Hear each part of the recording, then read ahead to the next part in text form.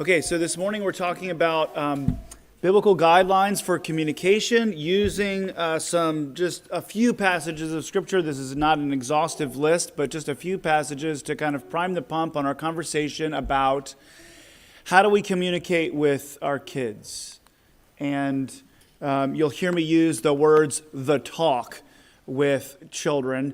And what I'm referencing is that frequently at many stages, beginning from toddler on, you'll have to have a talk with your child where you're trying to explain something to them. You're trying to deal with a discipline situation. You're trying to instruct them in something. And so we're trying to think through what are the best practices for doing that, what's going to hinder us in doing that, and we'll share notes on this too, because I definitely don't have a monopoly on this. But here are just we're going to go through just some Proverbs on this, and then some other scriptures as well. So number one, we'll begin with 18:13. He that answers a matter before he hears it, it is folly and shame unto him. So I know I have this temptation. I don't know if you do too, or you're planning to have this temptation as a parent, but they come to you ready to whine about something. You're like, I've heard it already. Go do this other thing, or I don't need to hear it. And much as that might be a temptation for us, much as we might think we know exactly what they're going to say, especially you mothers out there, you think you know everything.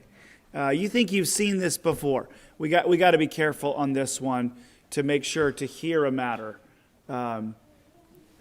even if it's going down the same path as it has gone the past 13 times. So because you don't want to cut them off from important communication where they're telling you about something that's necessary or new or that you haven't quite grasped yet. So we don't want to answer a matter before we have heard it.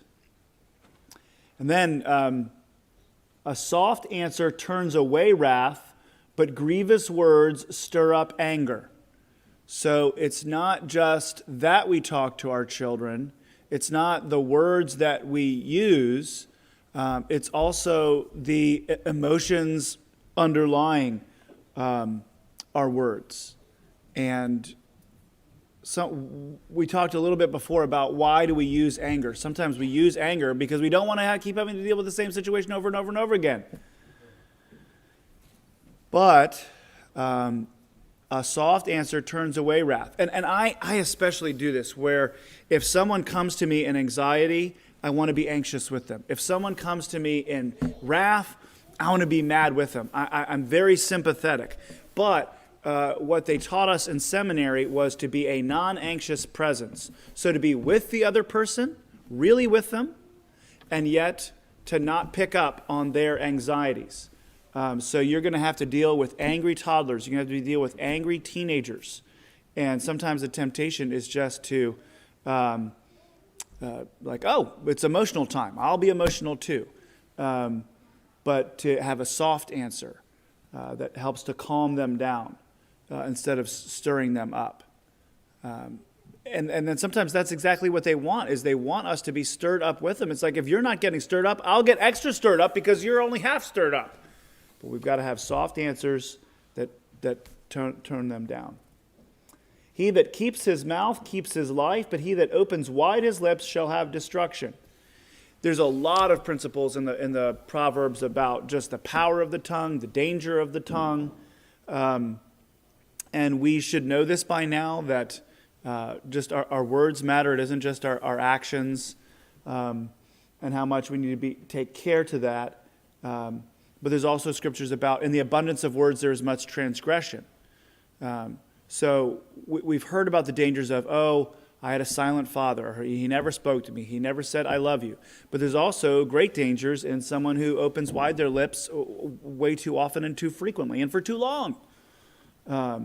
And so that we need to be sparing in our words. We need to give words, but we don't need to give full rein to our emotions or the words that we have in our mind. Let our words be few. Do we have a microphone, Harry? Oh, you got it, Janet? Any comments or questions about this before we move on to the next set of principles? Yeah, Harry?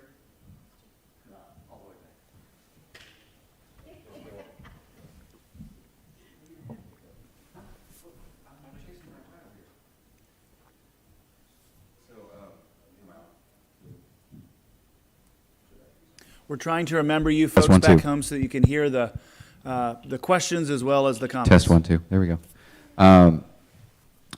So I've actually been reading through the Proverbs, and I love rereading through the Proverbs. So a lot of these concepts are things that I've been reading over, but I just think about my own experience, not only as a child, but now as an adult, trying to curb a lot of my parents' habits that I see in myself, and also thinking about something that you've said, Nick, about more is caught than taught, and thinking about the fact that in curbing the habit of wanting to answer something before I've even heard it with even just friends, family, and the habits that my parents both cultivated, but I have adopted now, and I'm responsible for, and trying to make sure that that I teach him by leading, by being a better example, by taking these matters to heart. I think will also help in curbing emotion if our children see us not doing that. Yeah, in our dating relationship, Annie would get ready to tell me something, and I could hear it coming. There was going to be some sort of, you need to work on this, honey, boyfriend. And so I had to tell myself before we got very far in that conversation, I'm not going to be defensive. And sometimes I'd have to say it out loud. I'm not going to get defensive, because that would shut me down. It would stuff and stifle the conversation. I don't know what the words that we need to maybe even tell ourselves. It's probably different for each of us. As we start having the talk with our child, it may not be defensive, because hopefully your children aren't accusing you, but that may be one of the things that happens. But it may be, I'm not going to get angry. I'm not going to get angry that this is the 13th time. I'm not going to get angry that I have lost track of how many times we've had to go over this. All right, I'm going to move on. More Proverbs that apply. A word fitly spoken is like apples of gold in settings of silver. One of the main applications I see for this, we talked about this a little bit previously, is that when you see them doing good, to really address that and talk to them about anything good that they're doing. Encourage them in that. If they're even, I talked to somebody this week about, you're communicating really well. Thanks for being so communicative to me. So one of the principles just in the profession of communication is that you should have a 24-hour turnaround by answering somebody. And so maybe 24-second with children or something like that. When you communicate to them, you should get a response from them. Either if you, so that you know, either they're out of earshot or they're purposely not listening to you. And that needs to be addressed. This is something that Annie and I were talking about this morning in terms of our communication, especially with toddlers, is you go through this phase of, did they hear me? Because they can hear, you're like, I said something very clear, and they did not respond. So what are we to do with that? And so I don't know how many parents have done this. We're like, I got to get their hearing checked. And they get the hearing checked, and the hearing is fine. It's just that they were focused on something else, and they purposed not to hear you. And so we need to train kids to listen to their parents. Proverbs 17:28, even a fool, when he holds his peace, is counted wise, and he that shuts his lips is esteemed a man of understanding. So one of the key biblical principles for parenting is be quiet. Jesus frequently asks questions in the Gospels, and he's asked point-blank questions, and he does not give them a straight answer. You don't have to give an answer. We constantly, I don't know how many times a day, Annie and I get asked questions like this. When are we going to this? When is this happening? Are we doing this? You don't have to give them a straight answer. And they just need to be satisfied with not knowing.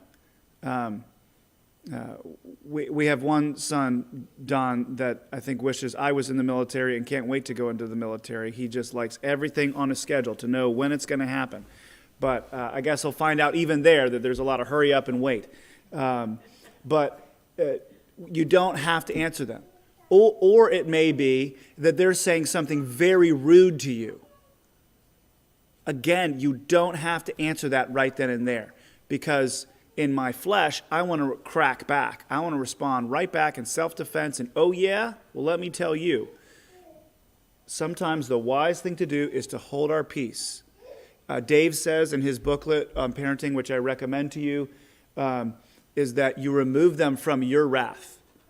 And so some of this is even, maybe physical discipline isn't even involved, but there's words that need to be said, but we want to make sure that we're not saying them in anger, so we need to sometimes hold our peace.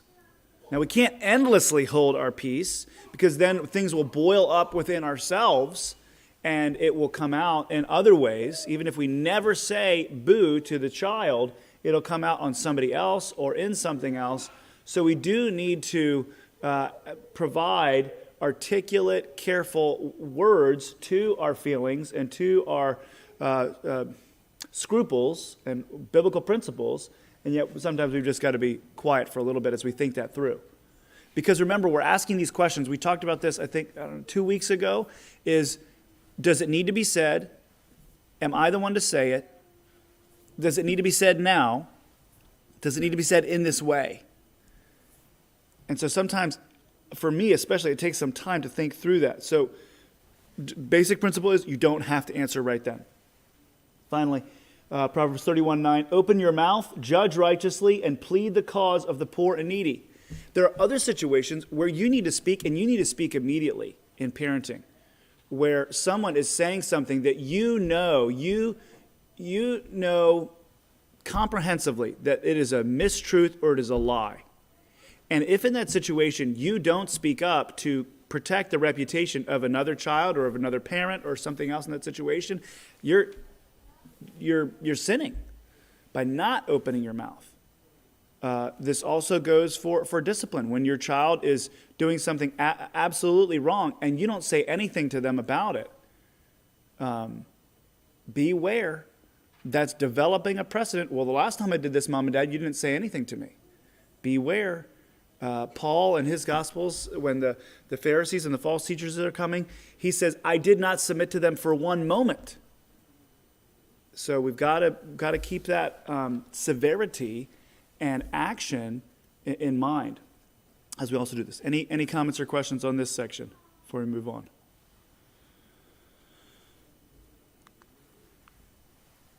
Okay, now these are from New Testament.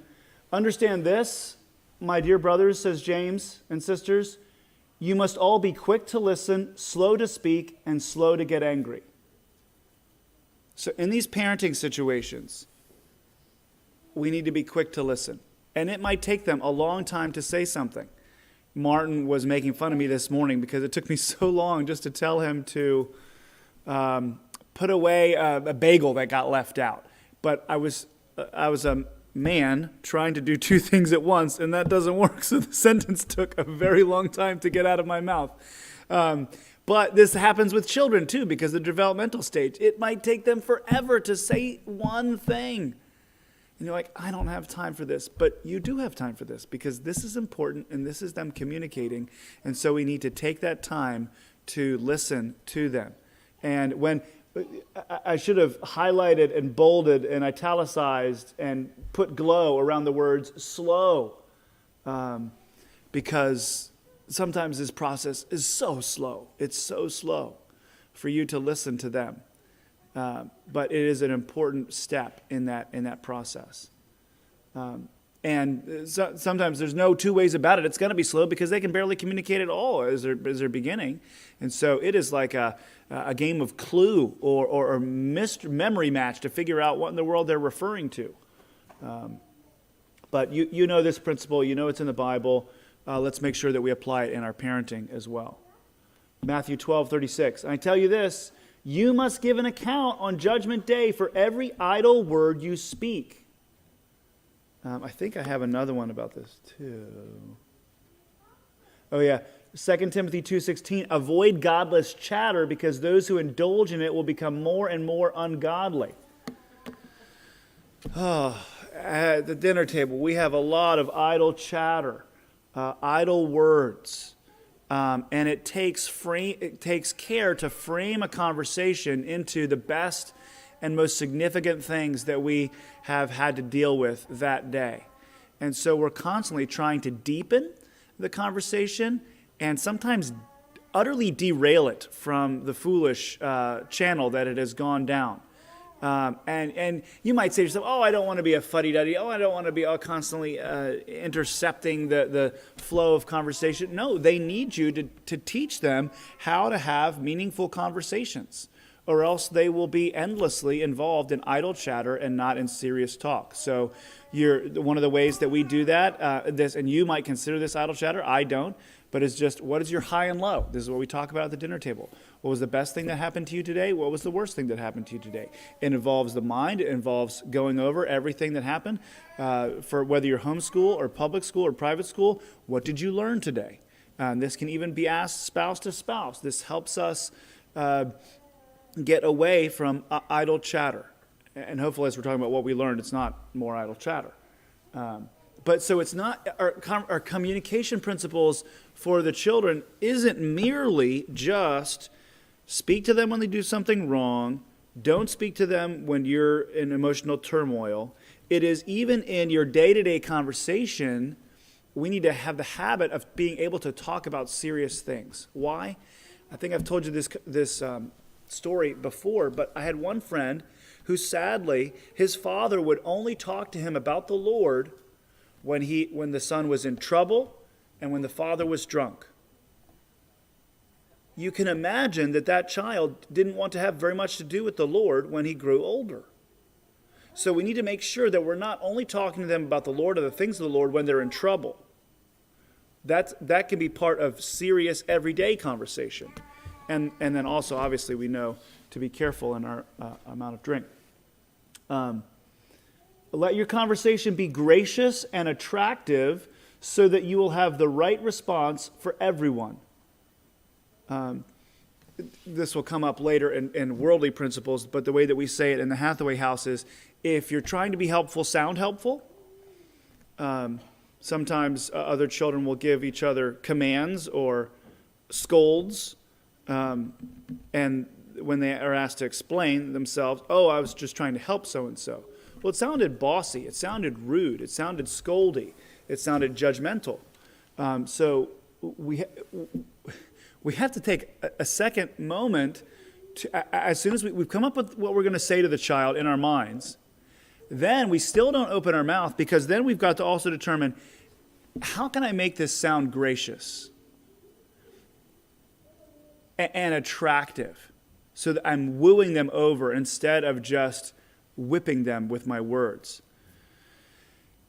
And spouses are very helpful in this. A spouse will be able to see this before you can, to see you were so quick to jump all over them on that. We need to make sure our speech is gracious. And so sometimes for me, what that means is telling a vulnerable story to them. I struggle with this too. And one time it got so bad that X. But I noticed that you're struggling with it today as well. And Mommy and I want to help you to move through this. So gracious and attractive, so they want to talk to us. So they're not running away from conversations with us, but they know that they need that help of that conversation. We talked about the first one already, Mark 18:15-16. If another believer sins against you, go privately and point out the offense. If the other person listens and confesses it, you have won that person back. But if you are unsuccessful, take one or two others with you and go back again, so that everything you say may be confirmed by 2 or 3 witnesses. So a couple principles here in parenting communication.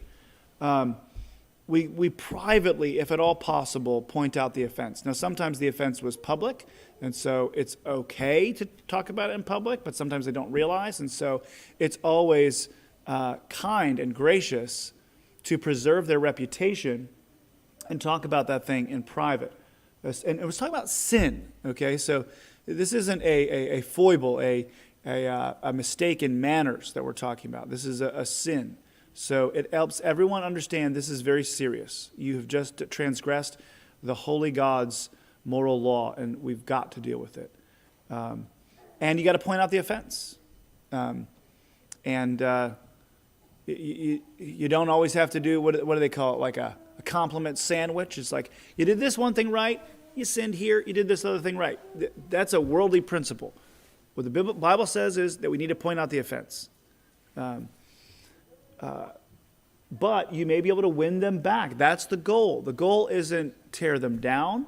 The goal isn't cut the relationship off. The goal is win them back. So our words and the way that we say it needs to frame that as well.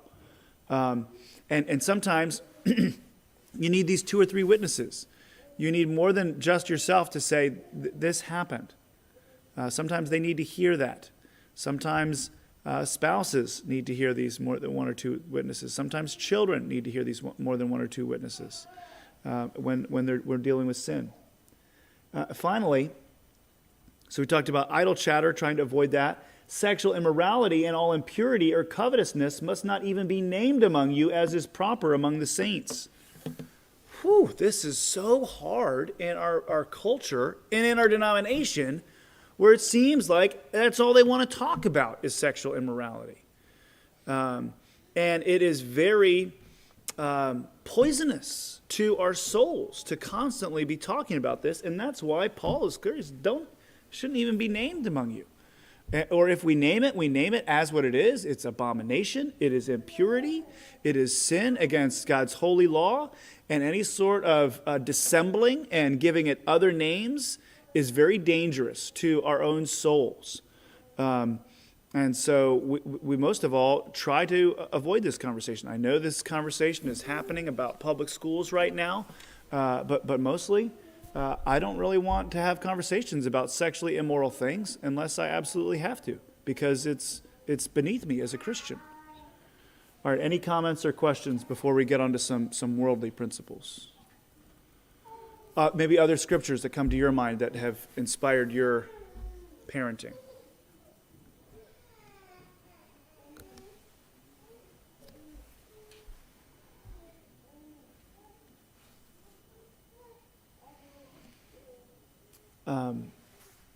This last one, this doesn't exactly apply, but I remember a friend saying when she was dating in college, her parents said, these are the 4 topics that you're allowed to talk about with your boyfriend.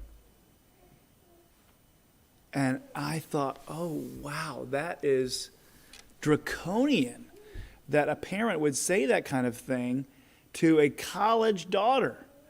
And yet, now I see some of their wisdom in that, is that all conversations are not for all people, especially not sinful conversations. We don't need to be talking about our sin, our sexual sin, with people of the opposite gender, especially before love has been aroused, not in the context of marriage. But there are our emotions and our emotional life and who we like and things like that. That's really very private. And so now it makes much more sense to me that father would give that guidance. And so you may have to help some of your children say, I'm not sure that conversation is appropriate for you 2 girls, you 2 boys to be having. If that comes up again, try and find some way out of the conversation or to change and talk about something else. Any comments or questions about this? I think what you said has been really good. But one of the things that we did when we were raising our guys was we made special times where we would communicate certain things. David would take the boys out for various times and talk about this, or talk about that, or talk about this other thing, or this other thing. Not just necessarily when it happened, but have purpose in building a world and life view that was Christian. I think so much of our conversation is what you said before, caught than taught. If you are speaking about what you talked about, what you found out in your devotions, or what you learned from the sermon, or those kind of things just really catch on to the way that we talk around the table or whatever. But we really did spend thinking time about, this is a topic that I think we need to talk about here. Or this is the topic that we need to talk about here. And so we were purposeful or intentional in our teaching as we went along. I mean, when they were younger, you talked about certain things. Again, I've said that before I was 5, my mother told me lots of stuff. Well, that was purposeful. I think there's purposeful communication that you need to address before you have to address it with discipline or with rebuke or whatever. Mm-hmm. Susan?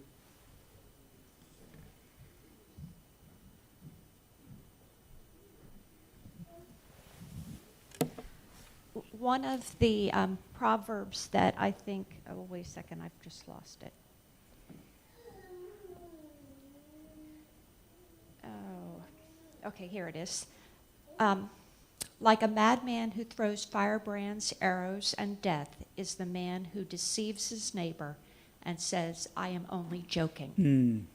I think we have to remember also jokes need to be truthful and not cruel.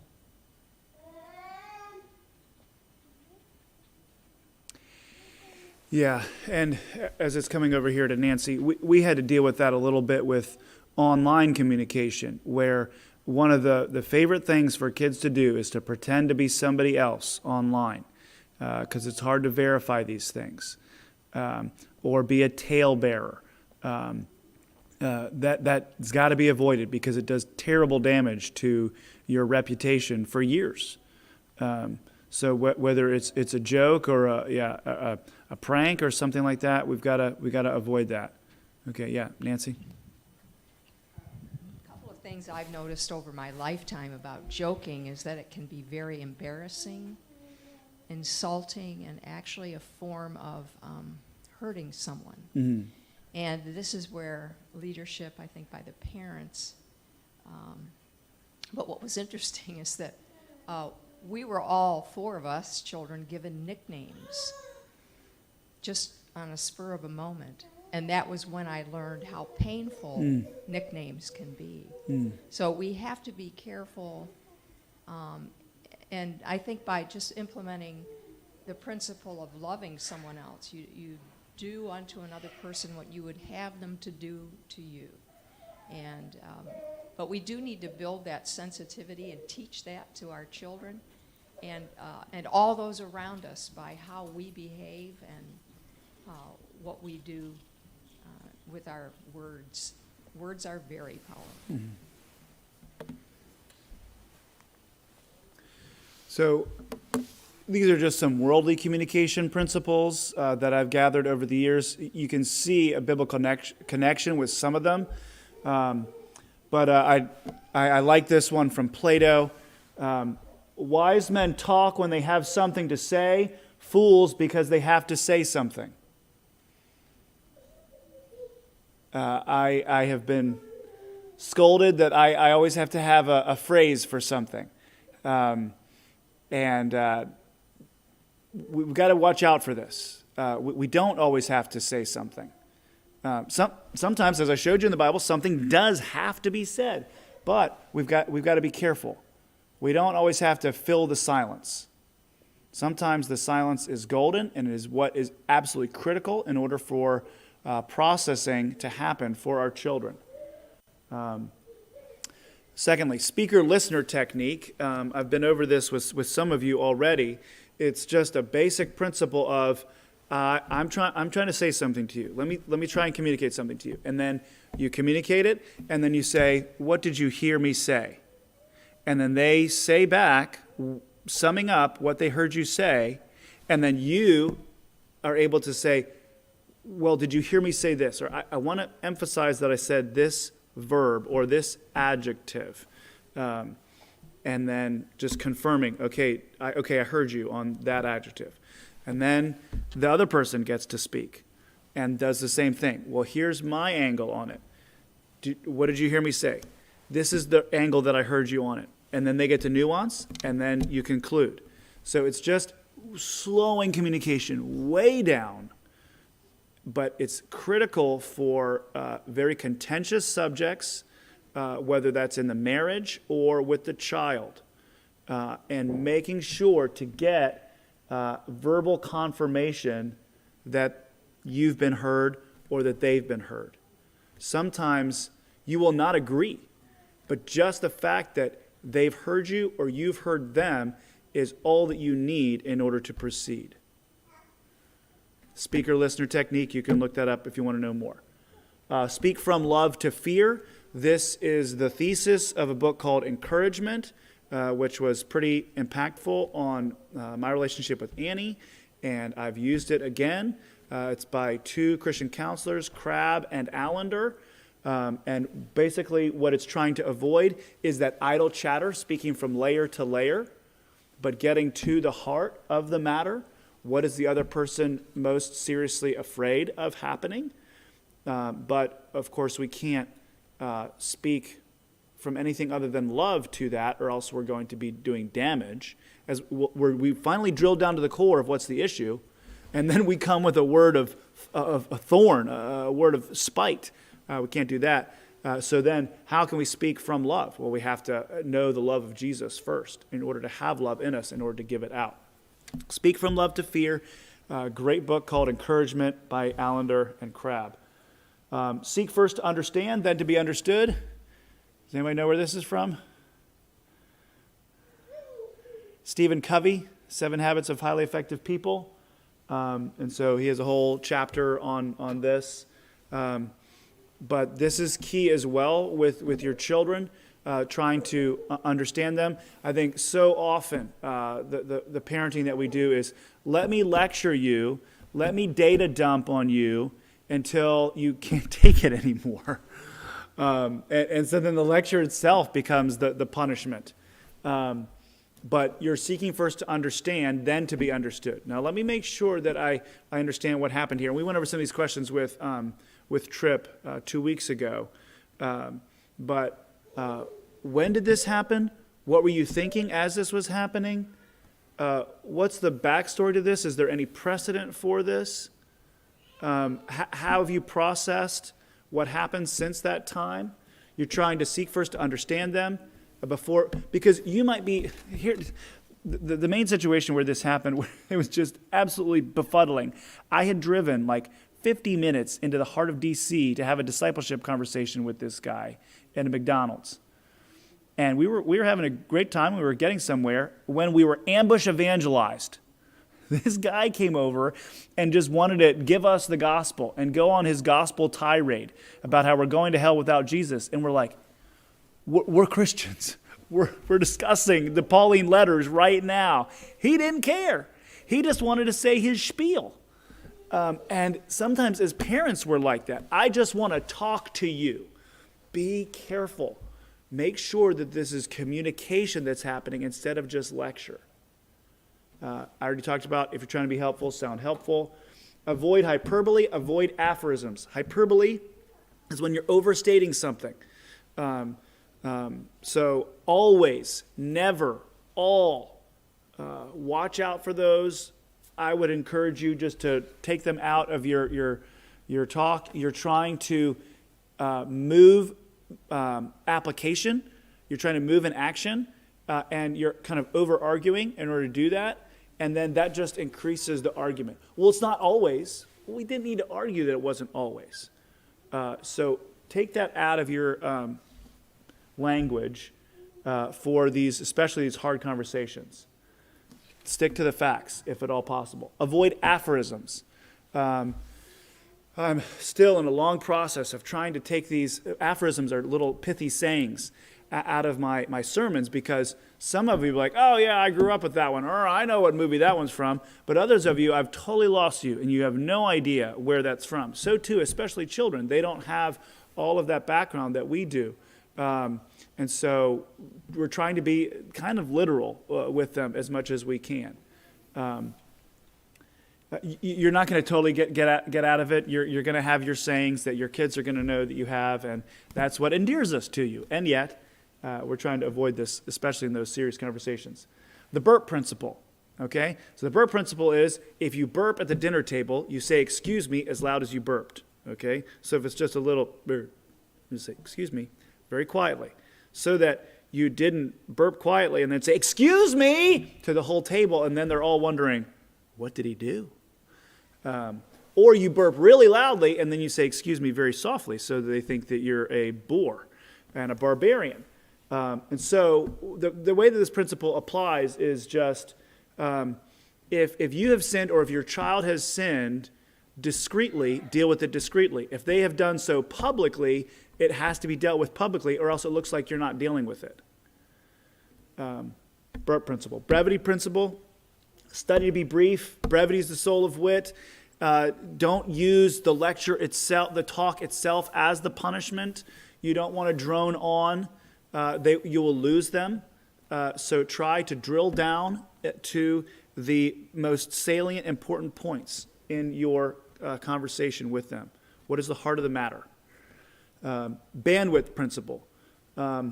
Prefer face-to-face communication to texting, to call, in order to deal with sensitive topics.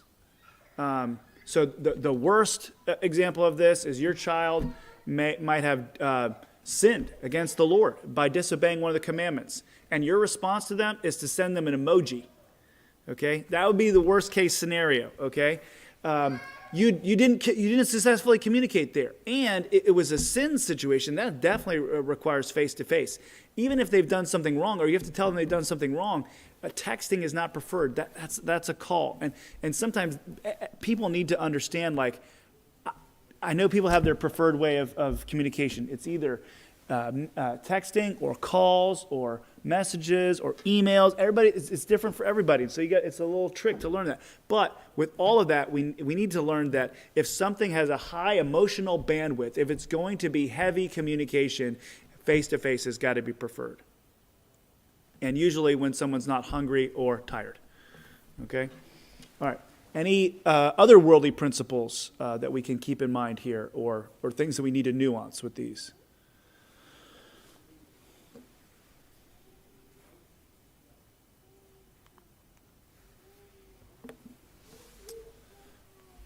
All right, well, we're going to watch a little bit of... The future hope for you, and your hope will not be cut off. Hear, my son, and be wise. Direct your heart to the way. Listen to your father who gave you life, and do not despise your mother when she is old. My son, give me your heart, and let your eyes observe my ways. Now, do you catch a juxtaposition here of two different ways of responding to children? And Solomon puts side by side physical discipline of children and rich, sensitive communication. Both of those things together. We tend to separate these things. We tend to think of either the harsh disciplinarian parent who's very strong on discipline, or the tender, sensitive parent who talks things through and talks things out. Proverbs chapter 23 puts both of those things side by side. It puts them both together in the task of parenting. Because parents have authority that comes from God. And so there's appropriate use of physical discipline that preserves that biblical-rooted authority of parents.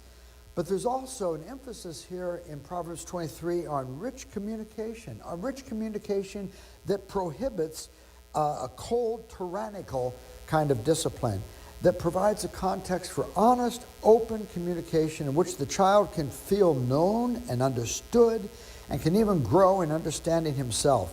So it has authority, but it avoids kind of touchy-feely sentimentality. Both of those things are brought together, both communication and appropriate use of discipline.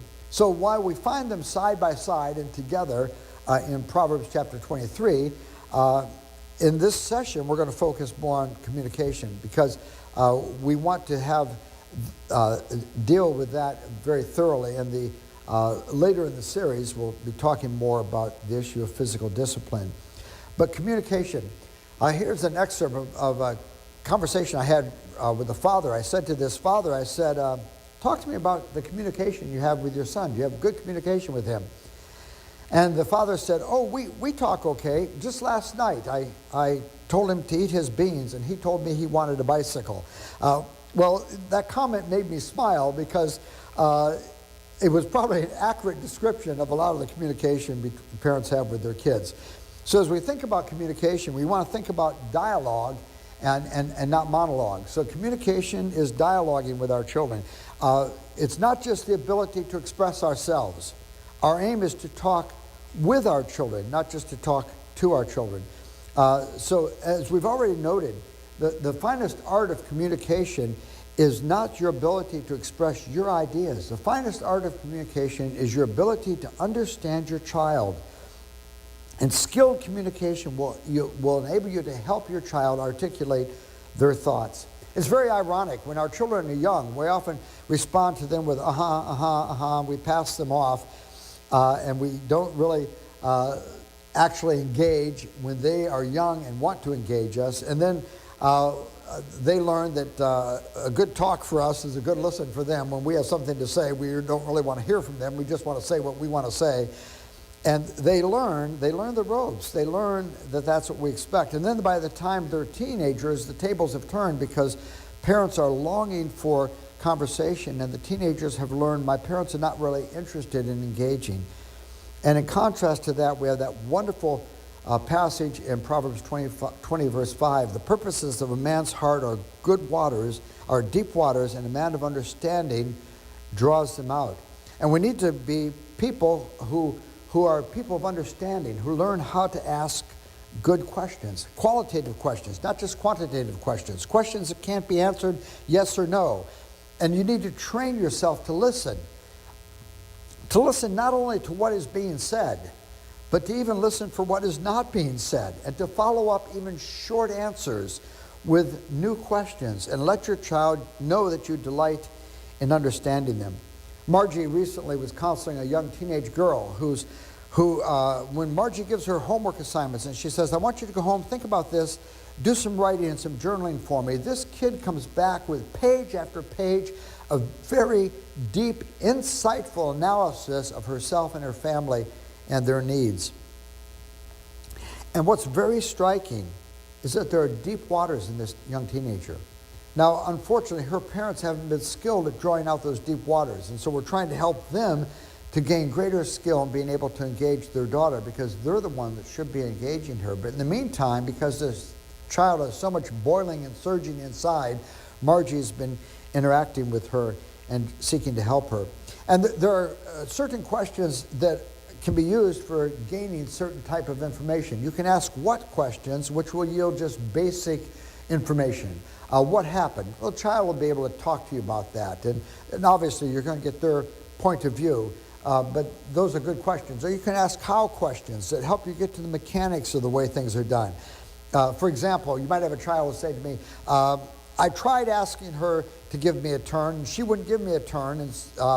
And you see this pained expression on the other child's face that lets you know that a how question is necessary. How did he go about asking her to give him a turn? Because it may be that he asked it and he did it in a way which was, he was asking why he was taking the controller from her or something like that.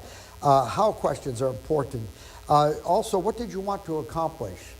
What were you trying to get done?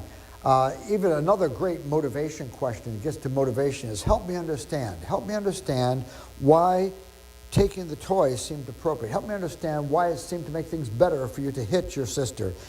So those are questions that help you get to more information. Or how often, where questions help you get to themes and patterns. What we're looking for are the universals, the themes, the patterns that are behind the things that go on with our kids. And you want to be prepared to facilitate the process of communication. Many times people are helped if you give them multiple choice. If you say to your kids, help me understand, why did you do that? And he says, I don't know. Then give him multiple choice. Think of all the possible reasons you could think why someone would do that, and give them an opportunity to respond to those things. And we need to be resting in God for the grace to have the wisdom and strength to employ these means of communication with our children. Because restraint in speaking pleasant words to promote instruction, insight to understand the person I'm speaking to, those are spiritual graces that we need to find in God and rest for God to help us with. So we need to be sure that we're communicating with our children. And as we live in the fear of the Lord, the grace and strength to do that will be there for us. So dialogue is important. Secondly, we want to focus on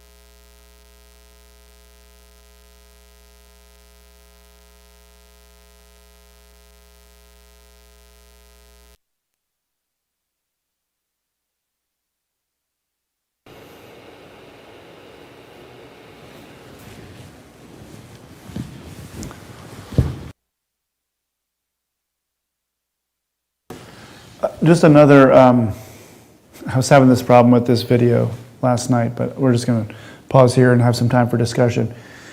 In order to have quality communication, you need to have quantity communication. So you heard Janet talking about Dave would go out with the boys to have these certain conversations. You might need to have it in your schedule to check in with a child, or have it as part of your weekly or daily time, is that you have time to talk to them built in, so that you're not only talking to them when there's a problem. In order to have quality communication, you need to have quantity communication. All right, so here's some questions for discussion, and we'll break up into one group over here, one group over here, and maybe one group. I'm coming back there tonight, guys, watch out. Or today. When your parents said that you both need to have a talk, what did that mean? So what's your background to this? What did communication look like in your family? What are some things that you remember? And sometimes you'll find that those are influencing you now. What's going on in your emotions as you talk to your child, or as they talk to you about a sensitive topic? So just have an emotional history here of not just what was the topic, but what was going on in my heart as we were talking about that. Is there any way to help deal with that? Do you ever check for verbal feedback to make sure you were heard? That's that speaker-listener technique. How's that going for you? Just checking on whether or not that communication was kind of fully received. Do you take time to get on the same page with your spouse before the talk? So this is where communication gets very awkward, is if you and your spouse are not on the same page, and then you try to have the talk with your child, and not only are you getting an argument with your child, you're also getting an argument with your spouse. So how does that work in your house? Under what circumstances will you allow a talk to end even when you don't feel like the child is fully understood? So we have to do this with math. We sometimes have to end the math lesson before it has been fully understood. We've done our time that day, and we will return to it another day. Are there any topics of communication that you don't allow talk about? You heard one of my stories. Do you have that with yourself? Do you have that with your spouse? Do you have that with your children or their children's friends? Just something to talk about. And in all these things, we're just trying to get back to these biblical principles of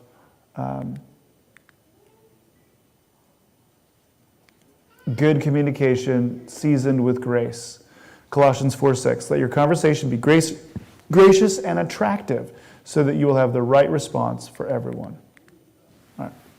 So let's break into groups for discussion.